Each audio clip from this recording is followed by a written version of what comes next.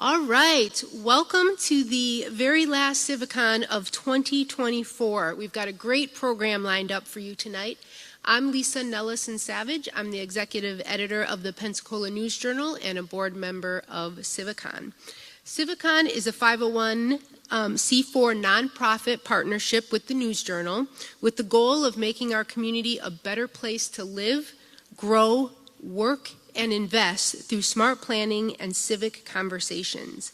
We've brought in nearly 70 speakers over the last 70 years on a variety of topics, all of them geared towards making our community the very best it can be. We've seen many of the ideas presented on the stage come to fruition in our community, thanks to involved community members, activists, and people like our speaker here tonight. I want to give you just a little bit of what's coming in 2025. But before I do that, I need to remind everyone, please make sure you silence your cell phones and remember to complete the survey after the presentation tonight. That helps us choose future speakers that we're going to have in the coming year. We do know that already this year we've got lined up for us in 2025 Rebecca Kick. She is an expert on land code development, which is incredibly important when we want to bring new things into our community, making sure that our code is right from the get-go. We were also bringing in a speaker on community land trust best practices. That's one of the efforts that our community has undertaken. The city of Pensacola has invested property in the land trust along with Habitat for Humanity. And we're going to launch a community dashboard, which helps us measure many of the things that are really important in our community to help us grow. And we're also adding in elements of the City of Pensacola's strategic plan that they just launched to make sure that we're staying on track with that as well. I want to thank our community, our founding supporters. Quint and Rishi Studer have supported us from the very beginning and have made it financially possible for us to bring in these world-renowned speakers. And we also have many supporting sponsors such as FPL, the High Foundation, Clark Partington, Apple Foundation, and many others, and we're very, very grateful for them. So without further ado, let's get this program started.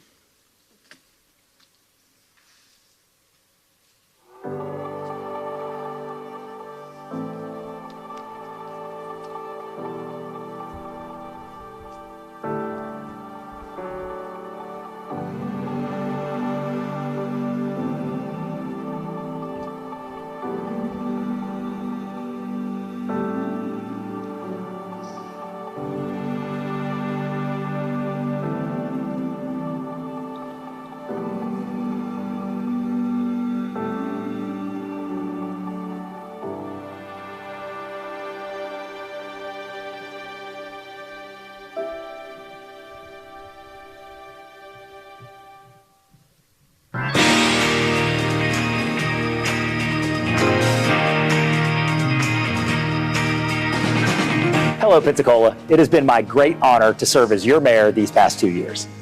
Our goal has been to stay busy, and we've done just that, making significant strides in public safety, housing, and vibrancy. Our efforts mean a brighter future for all of us.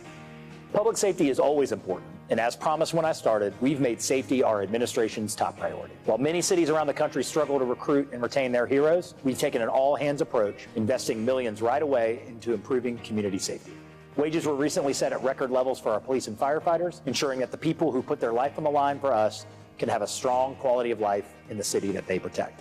2024 has been great for Pensacola Fire. We partnered with the American Red Cross and installed over 900 smoke alarms this year. Our previous record was 66 smoke alarms. We've hired 15 new firefighters, 4 fire cadets, 2 lieutenants, 1 captain, 1 operational battalion chief, and a new fire marshal. And this culture that we have of promoting from within, they're receiving the training they need, they have the experience they need, and we give them the chance for the promotion. So we're able to do that with our workforce. We've also been aggressive in adding initiatives like the ShotSpotter detection technology and our PPD community response team that helps with mental health and homelessness outreach. 2024 has been an amazing year for Pensacola Police Department. We've been busy doing a lot of different things. Primary mission is to make sure the city of Pensacola is very, very safe. Community response specialist is about the police department in the city of Pensacola being very proactive in addressing some of the needs of our homeless and unsheltered. They work with a lot of our homeless shelters, our mental health providers, and that's been the difference. It's been a game changer in how we do things here at Pensacola PD. As every city in our nation deals with a housing crisis, Pensacola has taken aggressive steps. We have invested millions into workforce, military, and mixed-income housing solutions across the city, including a potential 90 units of the Pensacola Motor Lodge, and hundreds to come when the city takes over the legacy campus of Baptist Hospital. We have garnered incredible community support. Escambia County, and the city of Pensacola in particular have really stepped up. One of the big initiatives that we have right now is our community land trust. For the first time, we have a vehicle at hand that is going to create a permanent stock of affordable homes. Most exciting is the redevelopment of the former Malcolm Young property on East Jackson Street. It will be a project the entire community will be very proud of. It's time to adapt, and I applaud the mayor and the city for taking on this big initiative. Our goal has been to continue to make the city of Pensacola vibrant for all of us. That means stepping up to fix city assets that have been neglected for years, as well as to bring new amenities and revitalization to this community we love. From finding the $2.2 million to fix a broken Bay Bluffs Park to the award-winning Bruce Beach, it means unprecedented repair allocations for our parks and community centers. It means getting state and federal funds for a much-needed $90 million airport terminal expansion and the new Palafox, a reimagining of our most iconic downtown street. I promised we would be aggressive to get the things that we need in Pensacola, and through our amazing grants team, we've earned more than $100 million in funding to take on monumental projects. Thanks to those grants, in 2025, we will become the permanent home for American Magic Sailing Team and starting a bright future as the home of sailing in the United States. The journey for these past 2 years is about all of us. I'll continue to give the citizens of this great city everything I have to build a Pensacola that's safe, affordable, and full of opportunity for everyone. Thank you for being part of this journey with me.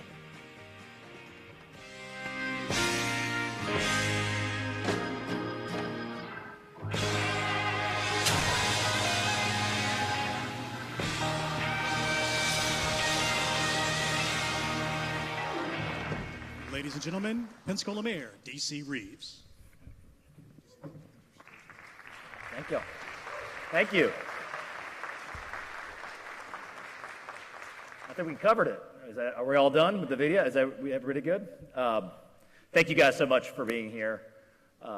After 2 years as mayor, I promise that my ego is not getting to me. I did not think, like the Eagles or the Rolling Stones, that I would sell out the Saenger Theatre, but it is a beautiful place, and starting next month, it'll be April of 2025 will be the 100th anniversary of the Saenger Theatre. So I thought that was an awesome thing and something to look forward to in 2025. Thank you to Jeff and his team. Thank you to Jason Wheeler and Alex Smith in our PIO's office to get everything set up tonight. And what I want to do is, you'll see this is pretty informal. This is not the stereotypical stand at a podium and read a State of the Union speech. What I really want to do is tell you everything that we've been working on, what we're excited about, and I know I'll be able to answer some of your questions that you guys provided to Civicon and to the News Journal. You heard in the video, my promise 2 years ago was to make this a city for all of us. And what our city experience is so different. And you don't have to look any further than the housing crisis that we deal with. When I talk to mayors all over the country, one of the most difficult things is we all are in a housing crisis, but how we define that crisis is drastically different, from city to city, from citizen to citizen, from neighborhood to neighborhood, and that's what makes some of these issues complex.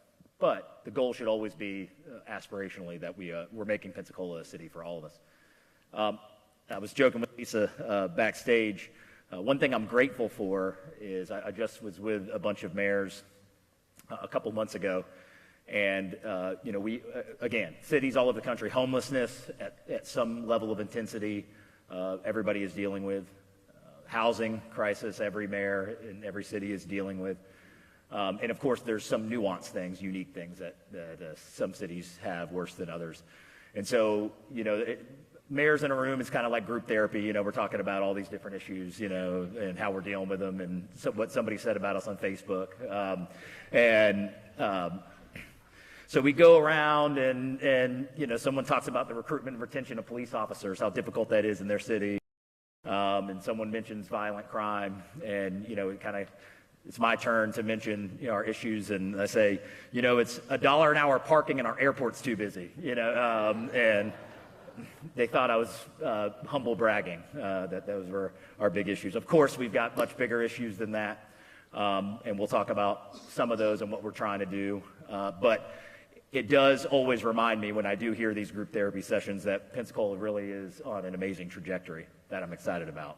And I remember, just being a kid from here, moving back here, about how I thought we should aspire to be these other cities, you know, one day. And I wonder what it would be like if Pensacola would be one of those cities one day. And now I think there's a lot of those cities that want to be like us. And that's not the work of one mayor or one administration. It's the work of private investment, small business owners, our healthcare systems, just having a great philanthropic community. I mean, that's what makes it attractive when I talk to people who visit here or who have relocated here. That is what they see as an outsider. It's not just us eating our own cooking. As you see up there, what we really do want to deliver for all of the community. We are number 4, a couple of those superlatives that we've had this past year. Number 4 safest city in the United States. A huge thank you to our Pensacola Police Department for that. A huge round of applause deserved. Top 10 place to retire, top 10 small city. So, you know, all of those things, you know, I need to just, you know, wear them on a piece of paper on my back as I walk around, you know, everywhere when I'm at these mayor conferences. But anyway, just a very, very exciting time in Pensacola, and I'm glad to be with you. Okay, so I want to throw to a video with American Magic here in a second if you guys haven't seen it. Just about 2 minutes, but a quick update. We're obviously very excited to have American Magic here, 10-year lease. That will start. We are shooting right now for a fall completion of Warehouse 10. So if you drive over the 3 Mile Bridge and you see the thing that is kind of looks like that, kind of look like a skeleton, that is Warehouse 10. That will be the future home of American Magic, right around 55,000 square feet, 150 high-paying jobs from the outset. And what you guys probably followed or maybe heard about in this past year was the American Magic sailing team in the America's Cup. But if you've heard me at Rotary clubs or anything else talking about this in recent months, that is kind of the cool factor, the wow factor that plants the flag as a sailing destination in the world, in the United States. But truly, some of the economic development return on investment that we're going to see in the city, and that starts this year, is all of the other ancillary events that are going to be taking place in sailing in our bay because of the credibility that they bring to us. So it may not be just their boat. It's going to be all of the other boats that are coming in. So we do know that there's going to be a GL 52-foot sailboat series in March and April that will be here. 8 teams will be here. Just their crew, ownership principals will be about 200 people coming here just to run the event. And these are multi-million-dollar high-performance boats, and will be probably the most advanced sailboats. I would let a more astute sailor confirm that for me, but some of the most advanced sailboats, if not the most, that I've ever raced on our bay. So it's those type of opportunities to let people interact with our city that really are going to help us drive more and more economic development and return from this amazing partnership. But I wanted to share this with you again. It's just a couple minutes long, and this is our partners now at American Magic talking about our great city. Dr. Andrews introduced us to Pensacola, and that was really where it all started. We went and developed a great relationship with Clark and Amy at the port, and now with Mayor Reeves' office. You know, the way things have grown and the way the community has embraced, just even the relationship that we've had with Collier Merrill there, he's been so instrumental in helping forge, you know, the foundation of the team's presence there, and really as all these team members got involved with the team and helped really open our eyes to the possibilities, you can't really thank them enough, because really it's their vision as native Pensacolians that have allowed us to come and really see what we can do there. I mean, it's a true partnership. So very, very excited to have them. And again, be on the lookout. Really our first big international sailing regatta in Pensacola Bay, one in March, one in April. So very excited for that. Affordable housing, again, an issue that we all deal with as mayors all over the country. And to reiterate, if I could wave a magic wand in a national conversation about affordable housing, it would be that we come up with some clear definitions of how we define it and how we generally try to solve it. And what I mean is, you can look at any article about an affordable housing initiative that we have. I'll talk about a few of those. And it's just so obvious that affordable housing, attainable housing, every human being, every city, every neighborhood has a different definition of what that means. And why that becomes more difficult is because now how do we measure success? What does success look like? When have we solved the problem? And to one person, we'll have solved it if they have a house, and to another person, if there's not something available that they can afford, then we have done nothing, ultimately. So what do I do with that? That sounds like a problem without a solution. I believe, and the position that the city has taken on this so far, is that we've got to find housing affordability at every income level, from homeless and homeless transitional all the way to market rate. And the truth of the matter is, until we have supply, until we can have supply at all levels, we can't solve this issue.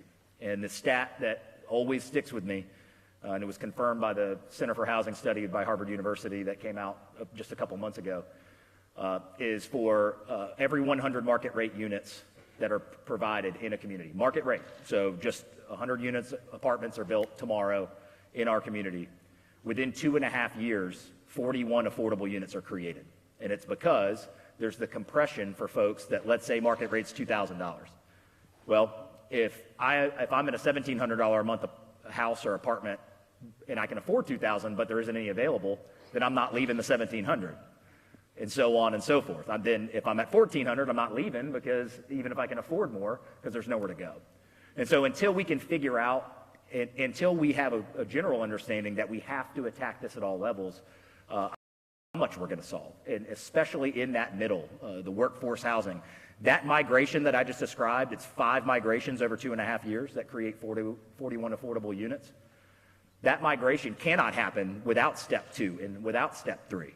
So we can't be so short-sighted as a community, as a region, as a country, to think that if we just build 60% AMI housing, that's going to solve our problem. Or if we only build market rate housing, that's going to solve our problem.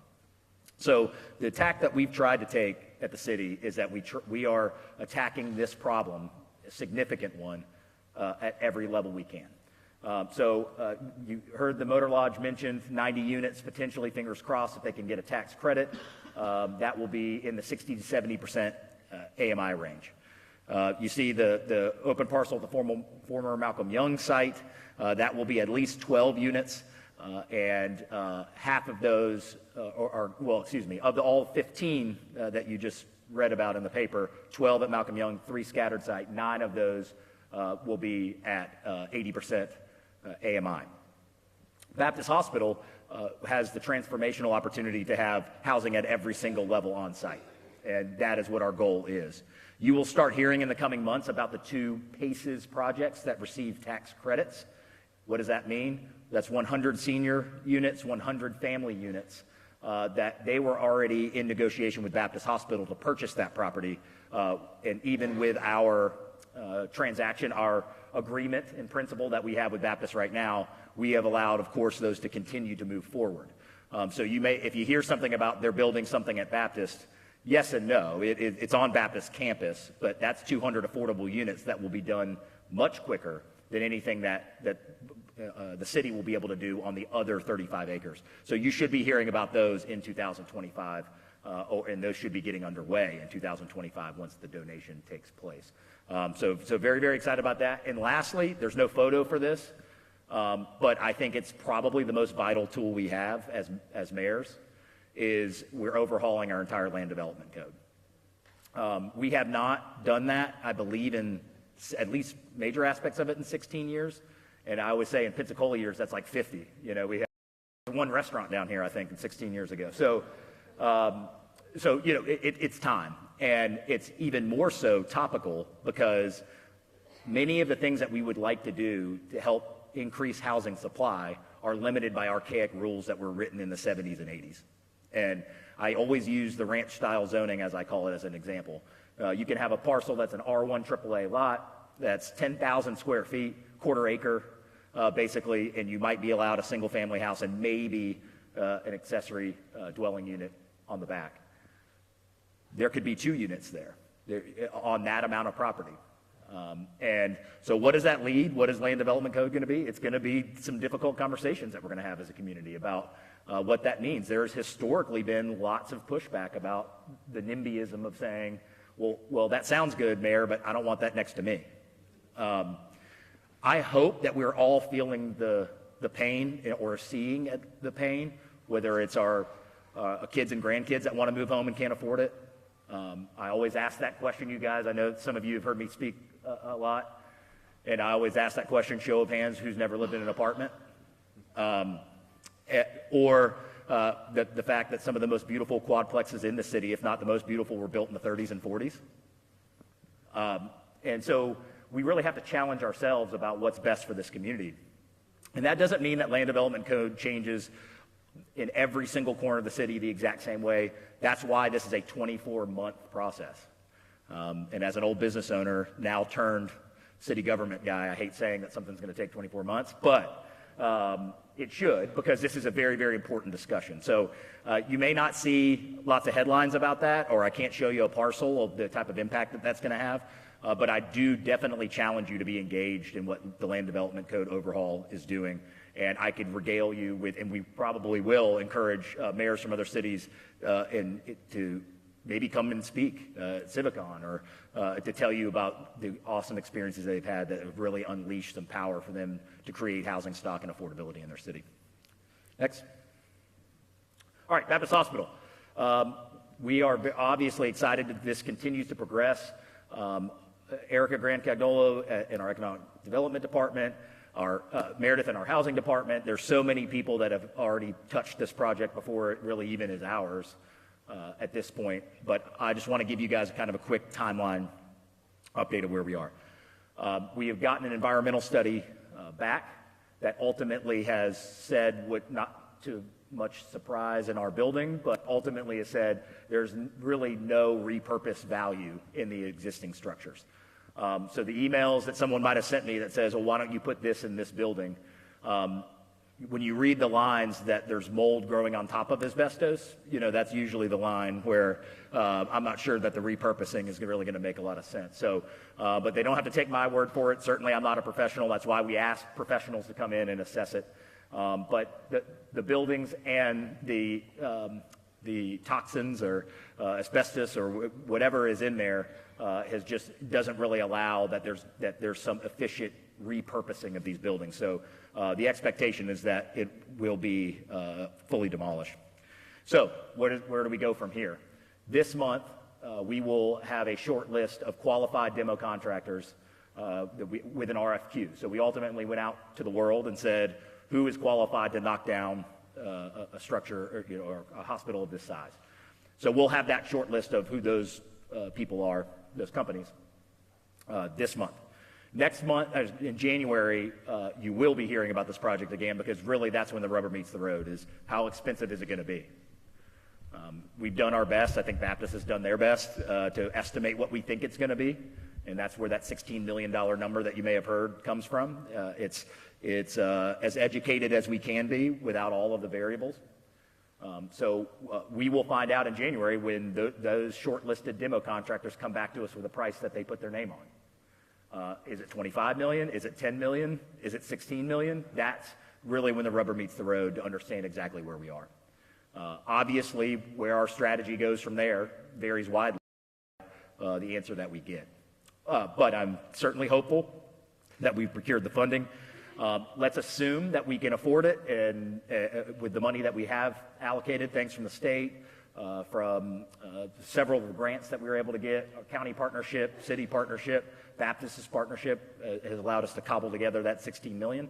If we're able to, if that is well within the number or pretty close to it, the next step obviously would be, one, to engage the community about what we want to see there, once we know that it's something that we can afford to do. And secondly would be to finalize a donation agreement with Baptist Hospital in March. So we will have a very, very consequential next 4 months as it pertains to this project. But anything that you may hear that we're not urgent or we're not moving on this project is false. To be honest with you, if this goes the way that I hope that it goes, and we basically went from having not veto on July 1st of 2024, money to get this project done, and if we have this thing moving by March, I go to a lot of big cities that have had a lot of abandoned hospitals for 10 and 15 and 20 years.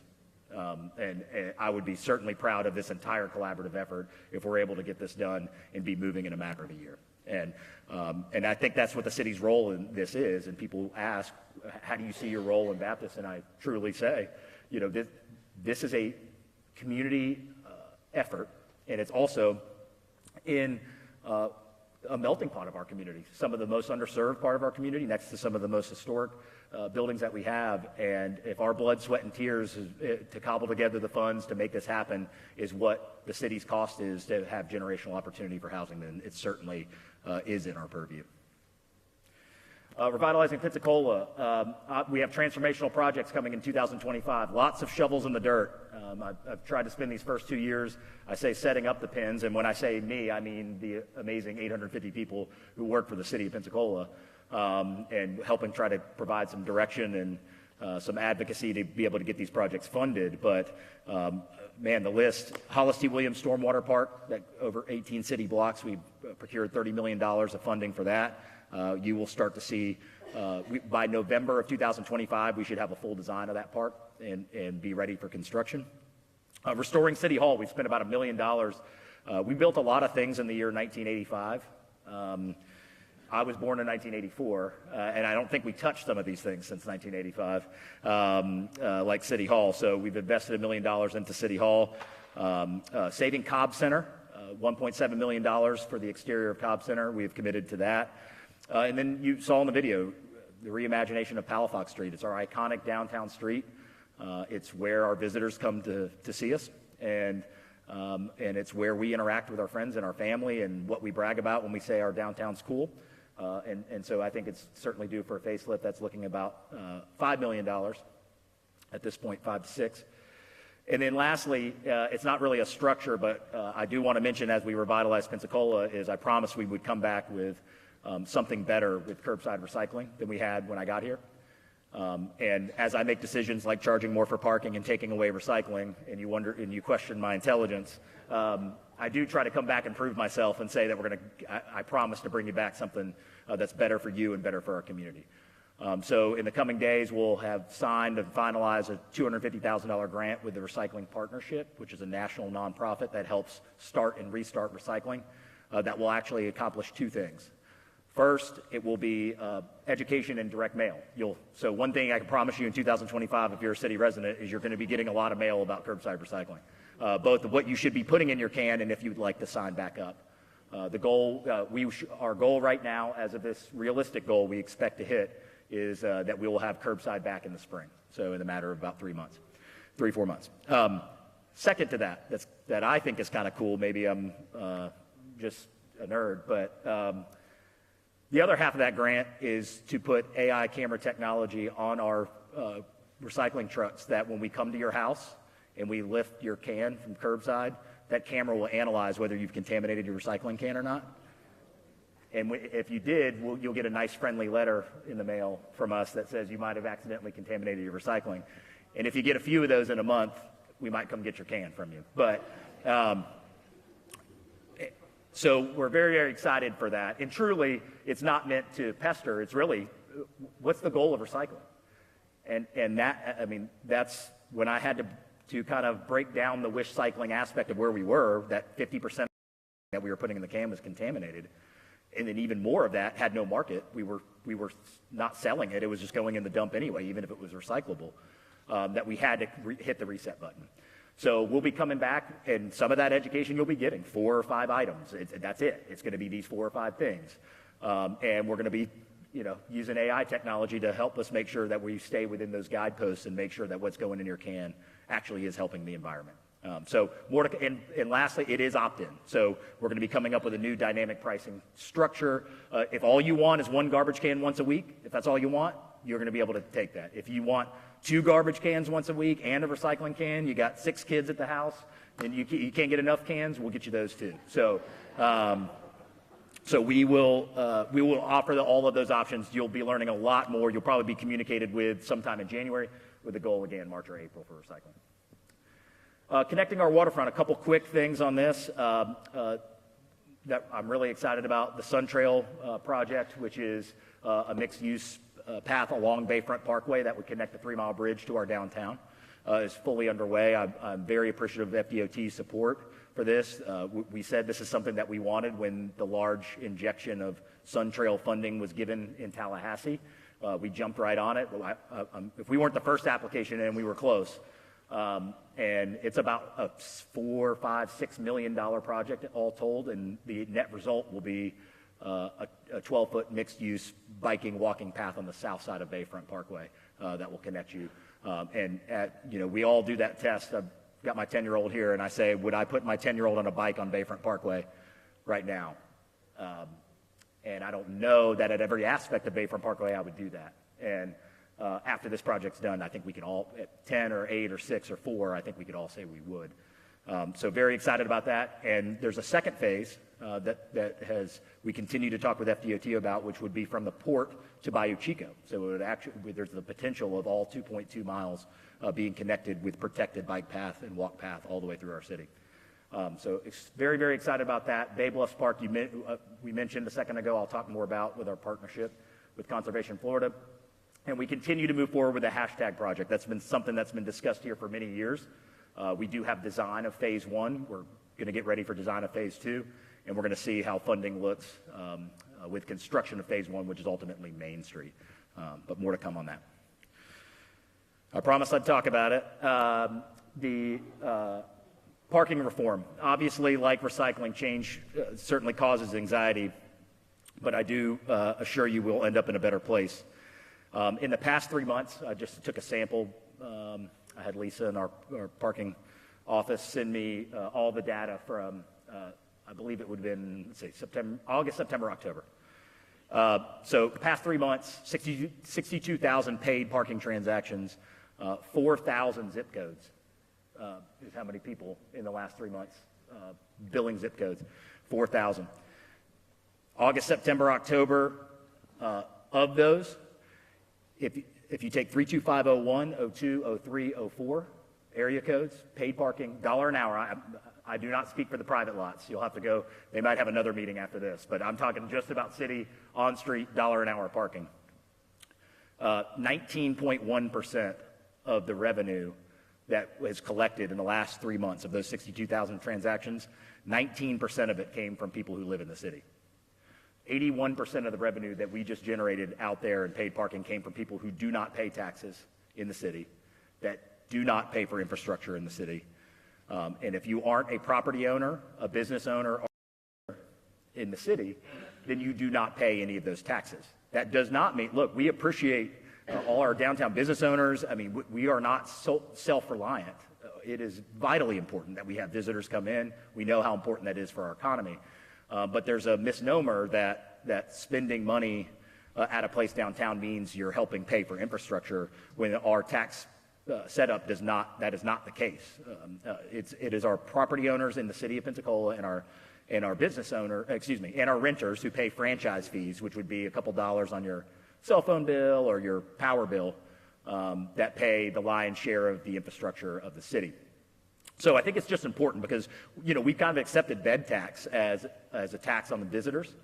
I don't know about you guys. I've paid bed tax in this county, and I haven't protested when I go to the Hilton at the beach that I shouldn't pay because I'm a local. I would actually argue that 85% of that revenue that will now lead to a parking garage that is, I would think, is needed. Parking availability was the #1 complaint in our study. And all of the other amenities that we need, we had to make a decision. We were not generating enough revenue to do anything in paid parking. We were already asking you to take your phone out. We were charging you 50 cents an hour, yet we were making about what one private lot makes in the city, throughout the whole city. So what does that mean? We're already asking you to pay.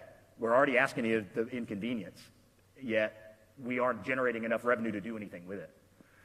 So what are we accountable to in 2025? We're accountable to trying to show you what we're doing with the money. And I think at the end of the day, that's what we want, is maybe we can live with the inconvenience of paying 50 cents more an hour, but in reality, what you want to know is, well, where's that going? What are we doing with it? So you can go to parkpensacola.com right now. We track in real time exactly how much money we've spent of your parking money and where it's going. We have a parking garage study for Commandencia just south of the Begson Lane and Holiday Inn there. We have picked a firm that will be doing a feasibility study for a parking garage, structured parking garage, here in the coming months. You see, actually it's out there tonight. If you want to get some of your 50 cents an hour, we got a free trolley running up and down, or if you want to park for free somewhere and you can ride from Commandencia to Wright Street, free parking, we've got a free trolley that's running up and down Palafox Street. And so what we should be accountable to is showing you where we're spending those dollars, and we'll continue to do that in 2025. A couple last things that are on the way. We're increasing our wayfinding signs to that free parking. If you do not want to pay, it's just not a dollar an hour, it's the principal, whatever the reason is, we have hundreds of spots. 70% of our parking that the city owns is free, and we have hundreds of spots within 2 blocks. Additionally, when we talk about accessibility, folks with limited access, most curbs and most on-street parking in most cities in the United States is not ADA compliant. One modification that we're making to Palafox Street is that we are going to keep the 2 southernmost bays closest to Romana, and those are going to actually become, after 5 o'clock, drop-on, drop-off ADA compliant spaces. So you'll be able to pull up, drop someone off that needs to be dropped off, and either park for $1 an hour right around the corner, or go a block or 2 and be able to park for free. So we want to continue to have that access for everybody. Yeah. Thank you. All right, creating a safe place to live, work, and play. I'm proud to say, well, maybe that's not the right term, but the Bearcat's already been used. I shouldn't want it to be used, but we had, you guys have heard me talk about, I think I talked about it last year at the State of the City and showed you the photo of the plumber's van that we were sending our SWAT team in to come save you if there was a bank robbery. We now have this vehicle, the Bearcat. We're excited to have it. It has actually, fortunately and unfortunately, been used, but was used successfully. So we're excited to have that. You heard from Chief Craner and Chief Randall. Again, our fire department's top 1% ISO fire department, one of the top 1% in the United States of America. Number 4 safest city, and we've invested about $3 million in infrastructure for public safety, equipment for public safety, salaries for public safety, and we now, with council approval, on the police officer union contract for starting pay going from $45,000 to $52,500, about a 17% increase. We'll have the highest starting pay, of course, of all time for both our fire last year and police this year. So when those mayors are worried about recruitment and retention, we have 2 important things. We got a great place to live, and we got a great police and fire department where people want to work, and that's certainly good for us, and it's good for our safety. I'm excited about how we've overhauled what community engagement looks like, and I give a lot of credit to Civicon, actually.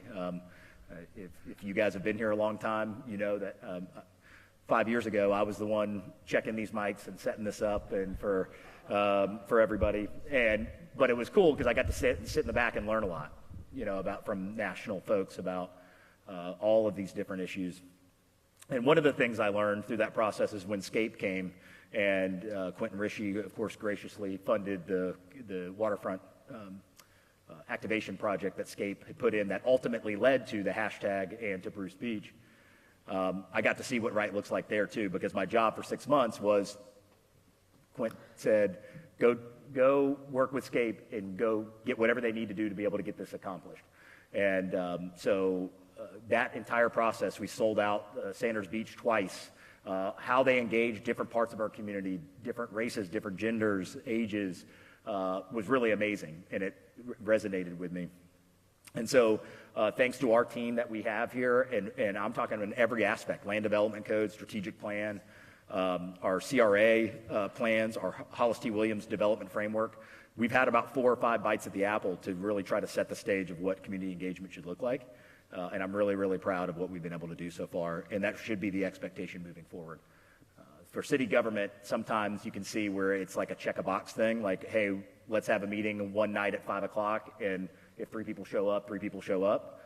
I think we've tried to turn that on its head and try to come to where people are. And so why is that important? It's important because if I'm making decisions on behalf of you, I like to have the confidence that I know it's truly on behalf of you. And so I'm thankful to our team for really embracing that.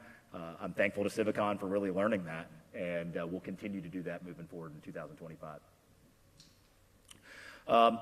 You guys, one of the other things, we can talk about recycling or parking. Another thing that's been a little eventful here in my first 2 years is fixing some of these things that maybe not have been paid close attention to over many years of time. So it's really been my goal to focus a little bit less. If you really look at anything new we're doing, any new construction that you're going to see or you hear me talk about, almost 100% of it, I'd have to go back and look and see, but almost 100% of it is grant funded. And why that's important is because I continue to keep the promise that we need to maintain the things that we have. So when we're making difficult decisions within our budget about the general fund dollars that our property owners and our city residents pay us, I think the top priority for those should be to maintain the assets that we already have. So when you see Hollis T. Williams, when you see some of these other projects, American Magic, for example, those are the vast majority of the funding of that, if not 100%, is from new money that has allowed us, that we have won to be able to move forward. But with existing dollars, we have completely reprioritized maintaining and fixing and repairing the things that we have. And I put it anecdotally this way, and I think if anybody who lives here can appreciate this. We need to change the feeling that when you go to a park in the city that the water fountain isn't going to work. And we need it to be, you'd be surprised if it doesn't work, or you'd be surprised if the bench isn't fixed. That isn't anything that our Parks and Rec department has done. That isn't over the years. It starts here, and we have to reemphasize and prioritize fixing the things that we have. So what do we have right now? We have right now with current allocated funds, and we had put away $1.7 million of new money going into just Parks and Rec maintenance. We had just said, we have so much of it, we're going to set this money aside and make sure that that's injected into our parks and our community centers. When you combine money that's already allocated by our council, grant money, and new money, we have $21,722,686 budgeted for our 2025 parks restoration projects. That will start this year. So Bay Bluffs Park repair, $2.2 million. A new Fricker Center, the largest community center investment in the history of our city, 100% grant funded. Give about, of $9.5 million, about $500,000 of that is our money. $9.5 million to revitalize a much needed Fricker Center replacement repair. So that will be a new community center. And then fix the repair Cobb Center before we lose it like we had to lose Malcolm Young, which is well on its way until we do something.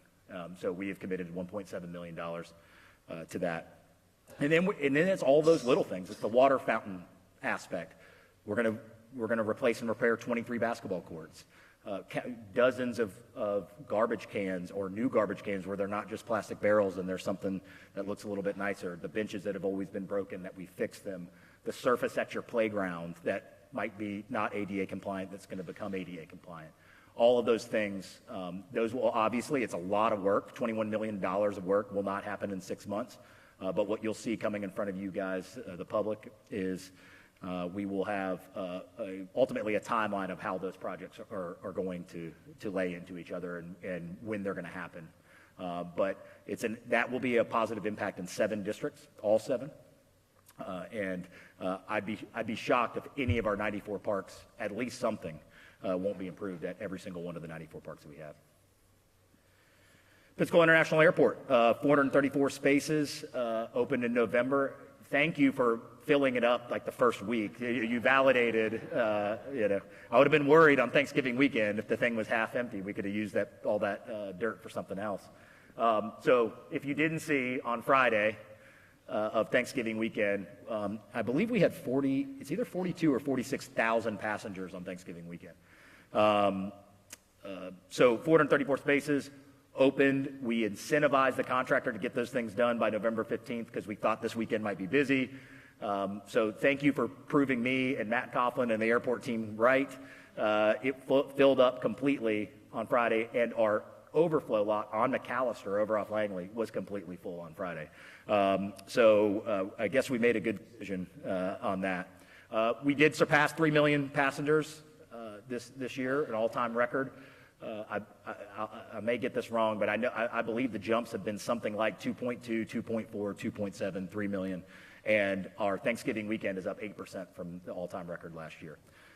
So what does that mean we have? We have 3 million people going through a 1.5 million airport. That's what we have right now. And so we're very, very excited to get this project going. We're on track to break ground on this expansion in July. Now, it will be a progressive groundbreaking. That does not mean you'll see the wall for a new airport terminal in July. There's changes at the TSA area.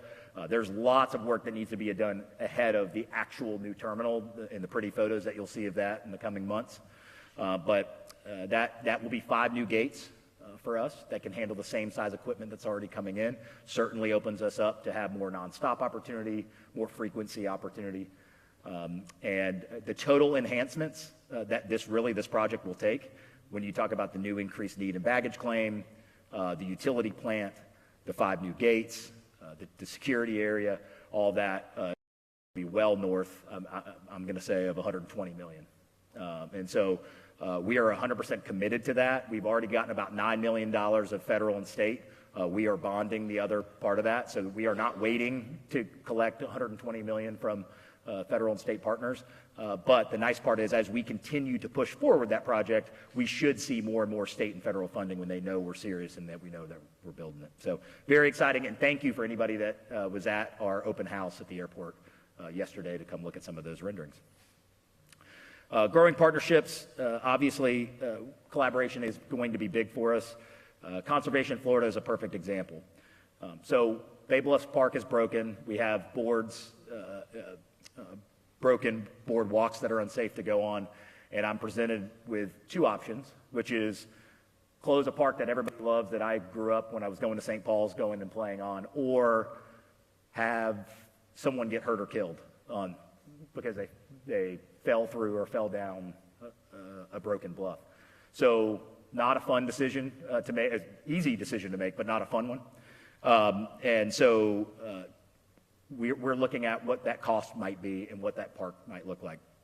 So remember, we're asking for money for the airport terminal. We're asking for money for Baptist Hospital. How do we get creative and continue to try to find funding mechanisms at the state level? So we partner with Conservation Florida. Their job is to preserve beauty in the state of Florida, property in the state of Florida for the rest of time, in perpetuity.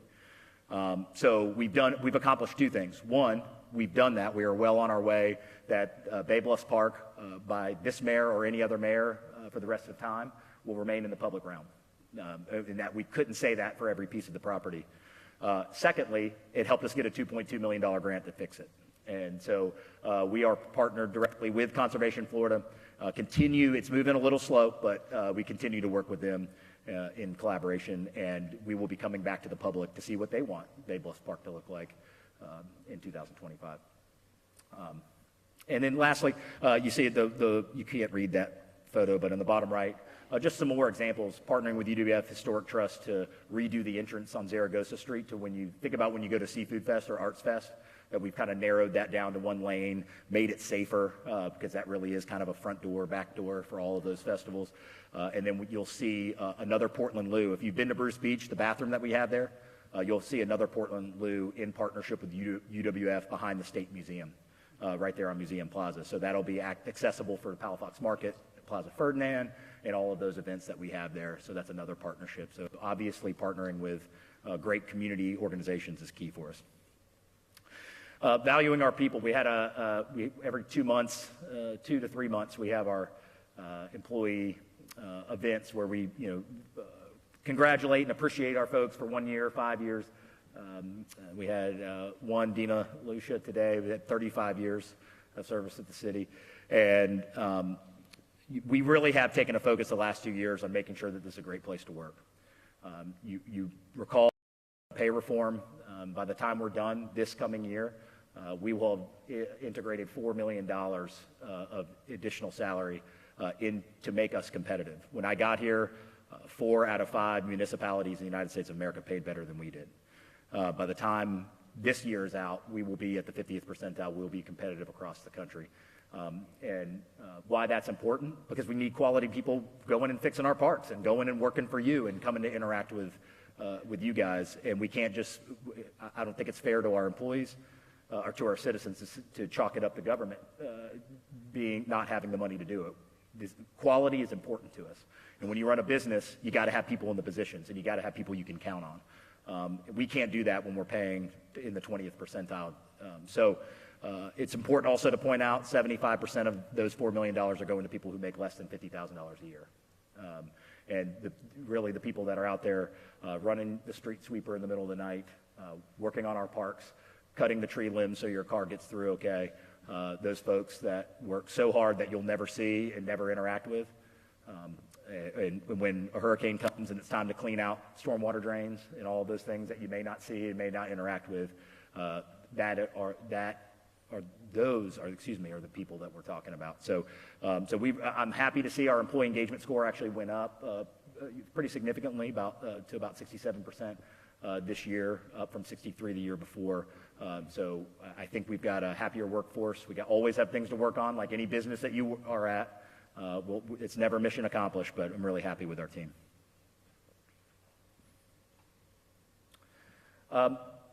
You heard me say this about the strategic plan. Without a plan, everything fits. And that was a Civicon line when I was standing in the back from Ed McMahon. And I really, really greatly encourage you, if you were not part of this, to make sure that you go read. It's at Pensacola2035.com. I know they gave out some flyers when you walked in. It's got a QR code on it. I strongly recommend, as a citizen of this city, that you read it. I think you'll nod your head a lot. Maybe you'll disagree with some things, but I think for the most part, housing being our #1 issue, for example, that you'll agree with, and there's a lot of great insight in there. We heard from 1,700 of our residents, of our community members, and we had enough of a sample at every gender, every race, every age. So we didn't just take the first 1,700 people who showed up. And I believe, I don't want to speak for Gail who did this, but I believe when they did something similar in Austin, Texas, slightly larger city than us, they got 1,000 submissions. We got 1,700. So I'm very appreciative of our community and appreciative of Adrian Walker and Rachel Bennett and all of our folks at the city that really made sure that, as I said earlier, that when we want community engagement, that we go out and get it. I'll just give you the 8, just to give you a teaser for the strategic plan. I'm just going to read it really came down to 8 objectives that we heard from you. Why we did a strategic plan is I do the best that I can to predict and guess and analyze and strategize around what we think is best for the city. But the only thing that I have is my experience growing up here, my interactions with you, I think Mayor Hayward, I think Mayor Robinson, I think that I make the best decisions we can with the information that we have. But what's better than that is having information from 1,700 of you to help guide our council members that are here tonight. You tell us what's important to you, and that's what you did. So now we can go around the alignment of what you have told us is important. And my job and what I'm accountable to is implementing these things. And that's what, again, we will do in 2025. So here are just the 8 things, the 8 headlines, and there's all the content you want in that strategic plan. But this is what the 8 things that you told us as community members that you want. Attainable housing for all income levels. Safe streets for all mobilities. support for youth experiences, more walkable, mixed-use districts that aren't just downtown, public spaces that connect communities, neighborhoods that celebrate culture and honor legacy. So again, Pensacola2035.com if you didn't get a flyer, and if you did, you've got a QR code right on there. It's been such an honor to get to do this for 2 years. And, people ask me if I've, how do I feel? And, is the honeymoon over? And, it's usually after a parking question or something. But, look, this job is just like your job. I've got really good days and I've got tough days, and days that it seems like everything's going wrong, and days where someone called us and said we're getting $30 million for a grant for a project. So this job is no different than that, but the position that I always take is this really, again, is a get-to job. And I'm truly honored to get to do this and get to work with these 850 people. What I can promise you is progress on all of these things. And what I promise you, as I did before I took this job, and as I told you last year, is you'll get everything I have to make this a special place. It's an easy place to root for. You see how many people are here tonight that care about this community, that want to hear what's going on, and I'm really eternally grateful for that. So again, thank you for this opportunity. Thank you for what you do in our community to make it really, really special. And thank you for being here tonight.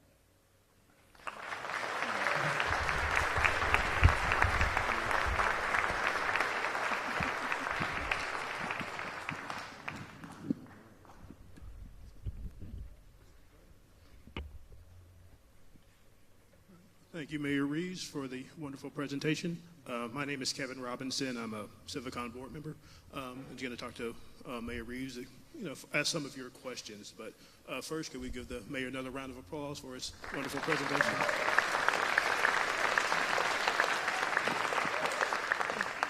And the first question I want to start off with is one that you actually already answered at our previous Civicon event, but just relating to the strategic plan, we asked, how is that going to reflect in your day-to-day work of your staff, your department heads, your citizens? Like, you've got these 8 goals, but how do you make sure that the everyday work you're doing is reflected?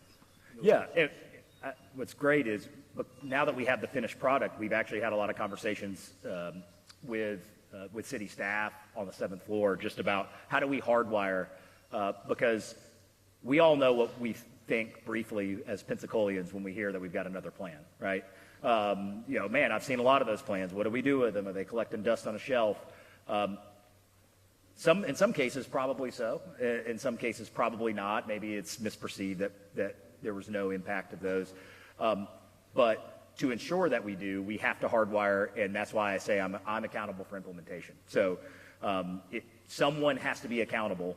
Somebody has to be accountable to implement a strategic plan, or it will just become something that sounded nice and maybe that we don't accomplish. So examples, obviously these are conversations we have to have with council members, council staff, all that, but just an example that you see around the country is you take those 8 objectives that we have and we start putting them on every council agenda item of which they pertain to, where it becomes hardwired within us to say, before something goes on a council agenda, we'd say, well, is this meeting the basic need or one of these elements?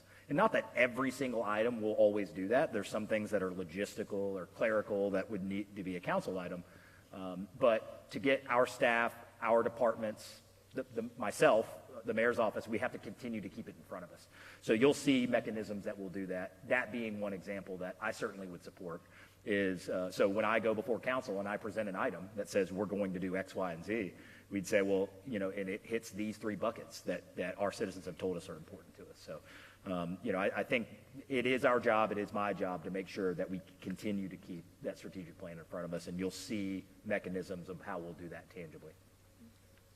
And, speaking of the issues that are important to residents that are top of mind, affordable housing obviously was very high on that list. It was actually one of the most frequently asked questions, topics, the questions we got for you tonight.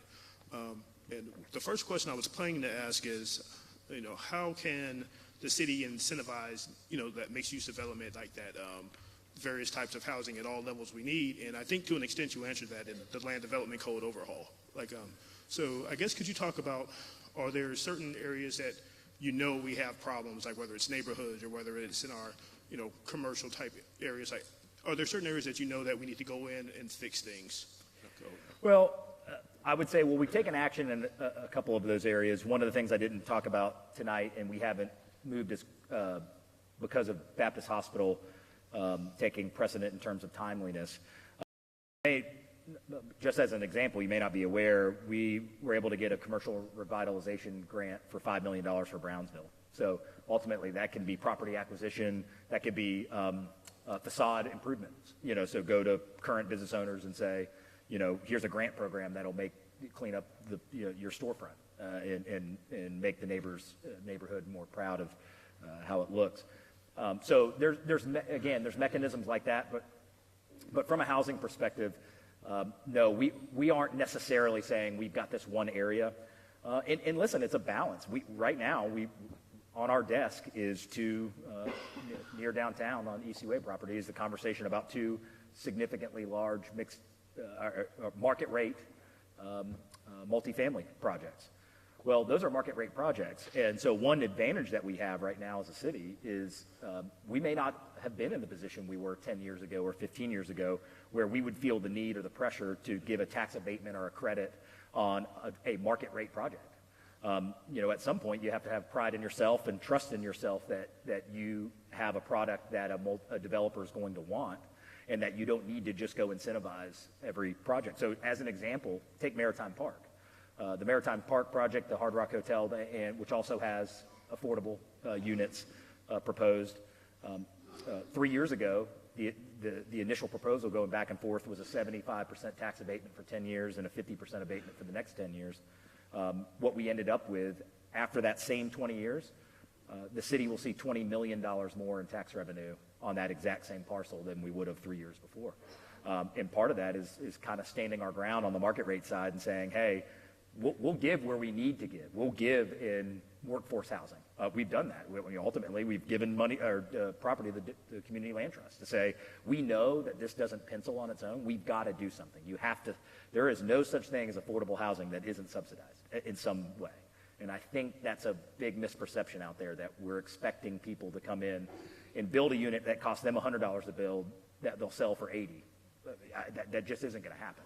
So the government's job I believe, is to help subsidize some of those income levels. But at the market rate side, it's a balance because what you don't want to do is start a precedent that you're going to be giving tax abatements, that's money to fix roads, to pay our police officers, all of that. That's a big decision to make on the market rate side. So it just depends on what level you're talking about. But unfortunately, because the need is so great here, our strategy doesn't need to be as refined as we're only going to do 70% in this particular neighborhood. Right now, we are entertaining every option, and I think you've seen that. Whether we acquire land like the Motor Lodge, whether we knock down a gym that was unsafe for people to be in and use that for affordable housing. I mean, you can look at everything that we've done at the city, and it's a little bit different. Every one of those, the Maritime Park, every one of those has been handled differently, but the need is so great at this point. We are trying to shotgun fire this and get as many things going as possible because we can't sit around and after 3 years say, well, we've got 5 units or we've got 2 units. I mean, the need is too great and this continues to increase. So right now, our mode really is to be as aggressive as possible, especially on the workforce side, 80% to 120% AMI, to make those projects happen. We have a question. Are there any, obviously there's a lot of time and effort devoted to downtown, and I know that you all are trying to hit, every neighborhood to make sure people have the things they want and need. But someone asked, are there specific plans for the north side of the city, kind of maybe in that corridor, closer to the mall and that sort of like airport, that sort of thing? Yeah, I thought I'm really excited about one of those 8 things that I mentioned in the strategic plan that were that you guys mentioned as things that you are interested in, is creating these little commercial downtown pockets ultimately that aren't downtown, that are through the rest of the city. And so Brownsville would be a perfect example of that. I think one example that we're really looking at, and we're really excited to see some of the organic growth that's happening along Barrancas on the west side, where we got restaurants moving in over there. We've got some shops and that, event spaces and brewery over there, all that, where that's not incentivized by us or anything. That's just organically happening. So you like to see that where you can start to create these additional pockets. On the north side, I absolutely think it's ripe for that.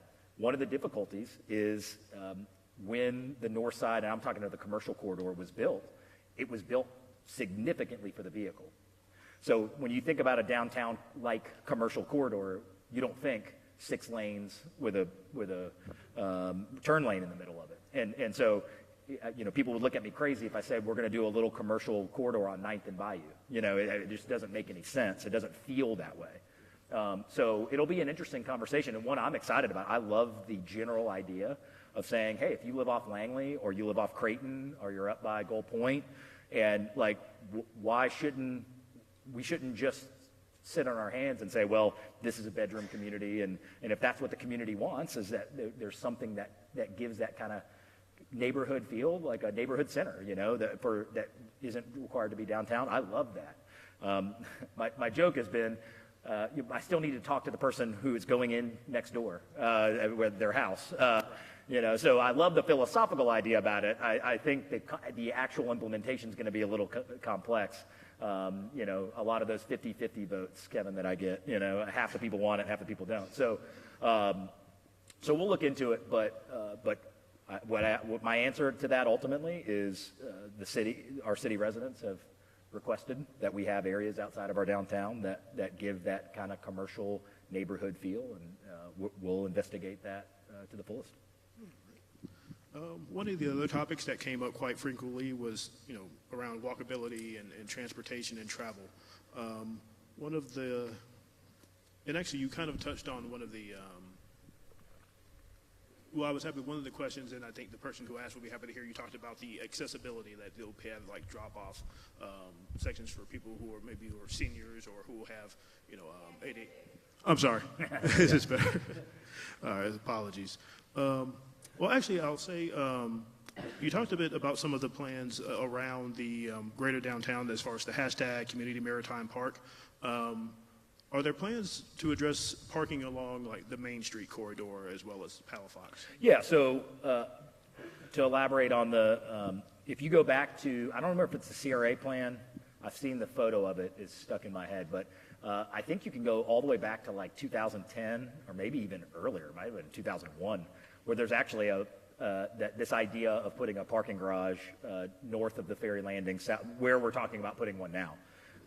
I would argue that probably 2001 and 2010 probably wasn't the right time to do it because of the need.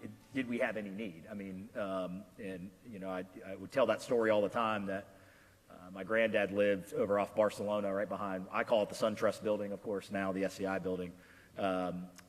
And we would walk to Buccaneer Coin Shop on Palafox Street and not see one person, not one human being on a Saturday at 10 a.m., not one. And that wasn't, I'm getting older, but it's not, that wasn't that long ago. So I think we need to address parking because we asked 5,000 people who interact with our downtown, and their number one complaint was not cost. Their number one complaint was availability of spaces, that I can't find a space. And then we asked the follow-up question, when can you not find a space? And they said, well, we can't find a space, Mayor, on nights and weekends. And of course, that leads me into, well, what were we charging on nights and weekends? Nothing. Well, it's because every employee, every waiter, every waitress was parking on Palafox Street for 12 hours because it's free, and then you're circling around looking for a parking space. And so it's finding that balance between churn, that you got to incentivize enough to keep people moving to increase more inventory of spaces, and then also having enough infrastructure. And so that's where we found ourselves. We weren't charging enough to be getting anybody to move, and we weren't generating enough revenue to go address an issue like needing more spaces. And so that's what this study is going to do, is we're going to look at it in many different ways. Precedent that we're going to set with this project, and hopefully as an example for anybody else privately that's going to be building parking garages, is the aesthetic of the parking garage. I'm not particularly pleased with how our parking garages look around here. And when you go to other cities, there's a set standard, that whether it's greenery, whether it's art, whether it's something, an aesthetic that continues to mold in with downtown. So I plan that if we do go this route and we build a parking garage, fingers crossed on the price tag of that thing, then that we should be setting an example of what we want these type of structures to look like, which could include first floor retail, first floor activation on the bottom floor. So we're going to allow an expert to come in and give us kind of a litany of options of what that might look like. But I think that's a great position for it, because not only if it's access to Palafox and downtown, but also when you think about all those amazing festivals that we have at Seville Square, now you're talking about only being about 3 blocks, 2 blocks to have. So if you're going to Arts Fest right now, as we all know, it's a fight out there when there's Arts Fest or Seafood Fest at Seville Square to try to find a parking space, to be able to have a critical mass of parking there where you know you can count on it and that you'd find something I think would be valuable. And actually, kind of in that same realm, I guess could you talk a bit more about the plans around Community Maritime Park? Like, we've got a pretty major development that was approved by the council recently, and I guess, what is your vision for that area? Yeah, so Parcel 5, which is, if you're not familiar, is ultimately if you were walking out of a baseball game behind home plate, it's that triangle right in front of you. It's between the parking lot and the stadium is Parcel 5. So you saw we've got affordable units and a Hard Rock Reverb Hotel being proposed there, probably in the $120 to $150 million range of investment. And so certainly going to be excited to see that going. We should, as was called for in the approval, is permits need to be pulled within 12 months of that project. In other words, we're going to know, a project like this has a lot of moving parts to it. We're going to know in 2025 whether this is going to take off or not. And the reason we're going to know is by the time you get to the point where you're pulling permits, you will be so financially invested. That's not something you're going to flippantly walk away from if you don't like it. So the rubber meets the road on that project in fall of 2025. One other cool aspect that you may have missed in that is you guys may have been involved in the West Main Master Plan, the conversation about what we want Maritime Park to look like. Some of our council members, staff, the question was, how will this project being proposed relate to what we said we wanted in the West Main Master Plan? So what we did is we hired the author of the West Main Master Plan as a city consultant who is now working in the room with Gensler Architects. So as that project continues to move forward, what won't happen is we're not going to hear, we won't have silence for 4 or 5 months, and then a rendering or an idea comes to us that's completely foreign to what we want. We now, as the city, have paid someone to be in the room on our behalf to make sure that as that project evolves, that it meets the spirit of what we want. And it's not just someone, it's literally the person who authored, Marina Corey of DPZ, who authored the West Main Master Plan on the behalf of our residents. So, I feel extreme confidence that we have the right people in the room to see that project moving forward. The next parcels that you could see something on are Parcel 8, which is the one closest to the marina, if you've been the new marina that we have there, and then Parcel 7, which is the triangle closest to Nick's Boathouse and Bruce Beach on the water there. Valencia, the hotel group, has the option on 7, and the same group, Inspired Communities of Florida, that is doing Hard Rock, has the option on 8. So both of them are in conversations now to bring something forward, and both hotel-based. And so we'll see what happens. But, as I always say, we have lots of projects that are being threatened here, and, what I want is to see them going in the ground. And that doesn't mean I don't believe that they will, but it is a good sign. We talk about, I lost count, I think we have 4 hotels, either have broken ground or are significantly moving forward. New World Landing, the Tristan Hotel over on Garden and Chase. Certainly looking at what we can do to help get the Grand Hotel back up and going. We're having conversations with our CRA about that. And we also have another one on Gregory Street there at 14th Avenue that's getting underway. So it's a good sign for us as a community being an investable city. We didn't go knock on their doors, they've knocked on ours. And so I like when there's a lot of projects being threatened. So we'll see what happens. But the first the first progress you're going to see at Maritime Park will be, by far, something happening with the Hard Rock Hotel on Parcel 5. It actually kind of segues into another question, kind of regarding tourism and visitors. The TDC, Tourism Development Council, had recommended that the county approve a bond for $90 million for about 60 of it was earmarked for a sports complex on the northern end of the county, and about 30 million for repairs to the Bay Center, which we all know is kind of toward the end of its life. I guess, how do you think that 90 million in TDC dollars, like what do you think is the best use for the highest case for the residents? Well, 55,000 people elected me to represent the city, and as I said when this came up at a press conference before, if you're asking my opinion as the mayor of the city of Pensacola, then having that facility be off 10 Mile Road doesn't bring a lot of value to the city. I was a sports writer. I'm a sports guy. It's nothing to do with the use. It's the location. And what we know is if you put that up on 10 Mile Road, where is everybody going to stay? They're either going to stay on 9 Mile Road or they're going to stay at the beach. And now, so we'll be a good freeway for everybody through our town to go up there and go out to the beach, but we're not going to see the return on investment. So I certainly support a amenity like that. I think that would be good for our community and good for economic development. But I strongly support that be located somewhere near the Bay Center. So my joke every time I go into the room with conversations about this right now is my advantage and disadvantage about this topic is that I don't have any dog in the fight. We don't control the Bay Center. We don't control the tech park. So I get to just come freewheel all these ideas, because I don't have any obligation. But my strong suggestion is that $60 or $70 million be used to repair the Bay Center or put any type of mixed-use facility at the Bay Center, and then spend basically flip what's been proposed. And then if there's some economic development, sports development project that would need to happen out at 9 Mile Road for $20 or $30 million, whether that be new fields, whether that be a field house, something like that. But how can I sit up here and say my priority is to fix things that we need to have fixed? I've never had anybody come to me and say, wow, look at the condition of the Bay Center, it's unbelievable. I've never had anybody say that. Why aren't we fixing it? Why are we saying let's go build something new when we all agree that, including the operators? I mean, it's nothing they're doing. It's a 42-year-old building. We've got to do something with it. And I'll also say one misperception is that anybody who says we should knock it down, that won't happen. And what I mean is what you're looking at is a massive multi-million dollar overhaul, but the bones, from my understanding, are good. So people are like, well, why don't you just bulldoze it and start new? Well, because that would be $400 million. That is not a feasible thing.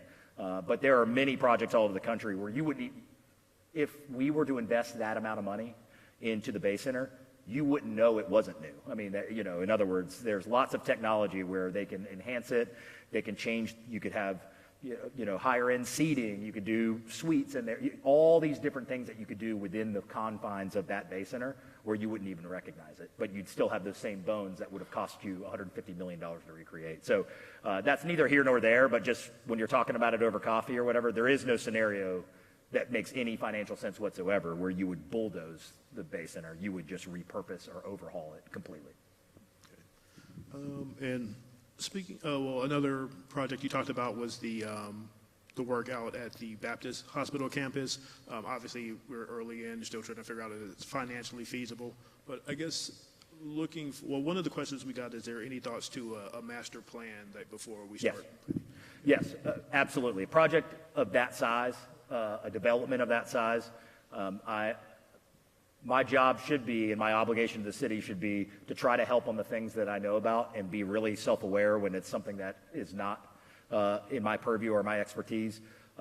I have not, nor has anybody at the city, gone and master developed a parcel of that size and consequence. So what that means is, yes, when we get through that timeline I mentioned to you guys, that first 4 or 5 months, once that happens, we know we can afford to knock it down. We know we're going to take donation of the property. When those two very important things happen, we will immediately, if not already, be setting the stage prior to that for us to engage someone to help us navigate it. That doesn't mean we don't have ideas of what we want to do. if someone said, Mayor, philosophically, what would you like to see at Baptist? I would like to see mixed income housing, every level of housing, from market rate to 60% AMI, which is already going to be there, and that's the projects that are happening first. I'd like to see mixed income housing anchored by some academic element, whether that be a school, a charter school, a magnet school, something. I think anchored, and Bayou District Foundation in New Orleans, I think, is the best example of what I would love to see, of some iteration of that. If you can Google Bayou District Foundation if you're not aware of it. They've done amazing things in New Orleans, changed lives in New Orleans with this concept that we all live together. And mixed income housing, sometimes people look at me funny and I say, you know, we've tried saying that poor people should live over here and wealthy people should live over here. We've tried that for decades and it doesn't work. Just ask our police department where they go. It hasn't worked. When you look at these projects that have gone mixed income, where the janitor's kids live next to the attorney's kids, what you see is a 99% decrease in crime. What you see is longer life expectancy, where people in the zip code over live till they're 70, and the zip code next to them, they live till they're 55. So you can truly impact lives, not in the philosophical way, but in the real way, by us living together and congregating together, living in the same units, and becoming neighbors. And so mixed income housing, I'm a big believer in, and that's what they did at Bayou District. They have one public housing unit next to a workforce housing unit next to a market rate unit. 3 in a building, can't tell the difference, exact same size, exact same quality, 99% decrease in crime from where they were before. So I definitely encourage you. You may recall, I took a busload of folks over there from our community, stakeholders in this type of process, to come see it for themselves, and I think they left pretty impressed. So something to look at, and that would be my vision for something at Baptist Hospital. But yes, we're going to have some experts come in and help us navigate that. And something that, you know, our audience may be aware of is our U.S. Representative Matt Gaetz has resigned, which has opened the door for a new U.S. representative to be appointed by the governor. But from your perspective, like, what does the next member of the U.S. House of Representatives and other members of our federal, what can they do for Pensacola? Like, what are you hoping for or looking for? Bring us as much money as possible. Really, that is one thing. I would say one challenge we've had, and not just not to one specific federal leader, but I understand the philosophy of earmarks and bringing things back to a community. But from where I sit, if the money is being allocated, there is lots of money that, the budget is out of control at the federal level, no doubt about it. And if decisions are made holistically about lowering that budget, I'm not saying that that's not something I fully support, but if the dollars are going to be allocated, when the dollars enter the arena, I believe my job is to try to get as many of those for the city of Pensacola as possible. And if that decision has already been made that I'm not part of, then so I certainly want someone who's going to go fight for the city of Pensacola to help us accomplish the things that we need to accomplish in our city. I would say that's number one. And number two is do a good job to be in positions of authority to help us with those things, whether it be on the veteran side. Jeff Miller is a good example, was in leadership on the veteran side of the House. And 40% of our economy is generated by the military here. And so putting themselves in good positions to help us be successful. So, and the money thing, that would be the number one. All right. And I guess I'll just close this out by asking, you've been in office for 2 years now, or halfway through your term. Mm-hmm. I guess what 2 things are you most excited about? They're your biggest things that you want to make sure get done? Like, just for the next, 2 years, like, what are you really excited to just kind of get done, make happen? Yeah, I think I've been asked to reflect on that a lot the last week or so, and I think the season we're in right now in this administration is that we've set up a lot of pins that now need to be knocked down, and that's why I really believe we aren't going to be proactively looking for when you think about the monster Baptist Hospital project in front of us, when you think about a $30 million Hollis T. Williams project in front of us, a $10 million Fricker Center, American Magic. You heard me talk about all of those things. Add all of those up, and that's a lot of bandwidth of our folks, and we want to make sure those things get done right. So I think we've set the table pretty well. I'm very proud of that, and I hope that shows how intentional and aggressive that our administration has been in saying we're not going to sleep real well until we get things across the finish line. But I think as we enter year 3, the job is to get these things done. We have a strategic plan. It's time to get it implemented. We've got Baptist Hospital money. It's time to get it done. And so I really think that this is a year of execution for us. I think we've got the projects. We're in great position right now, and I should be accountable to getting all those done. I can't promise they'll be done in 2025, Kevin. We might still be talking about them next year, but especially ones like Baptist. But absolutely, my job is to take these amazing starts that we've had, thanks to our team, our community, and help get them done. Awesome. Well, could we have one more round of applause for our mayor? Thank you, guys. Thank you for being here. Thank you, sir. Thank you. And thank you all so much for coming out on a kind of a dreary Monday night, but I'm sorry, Thursday night. This week's flying by. But everything we do here at Civicon is, kind of guided by you. So we ask that you take a survey on your way out, complete it, let us know what issues you want us to tackle next, what people you want to hear from. And otherwise, we hope you have a safe and happy New Year, happy holidays, and have a good night. Thank you all.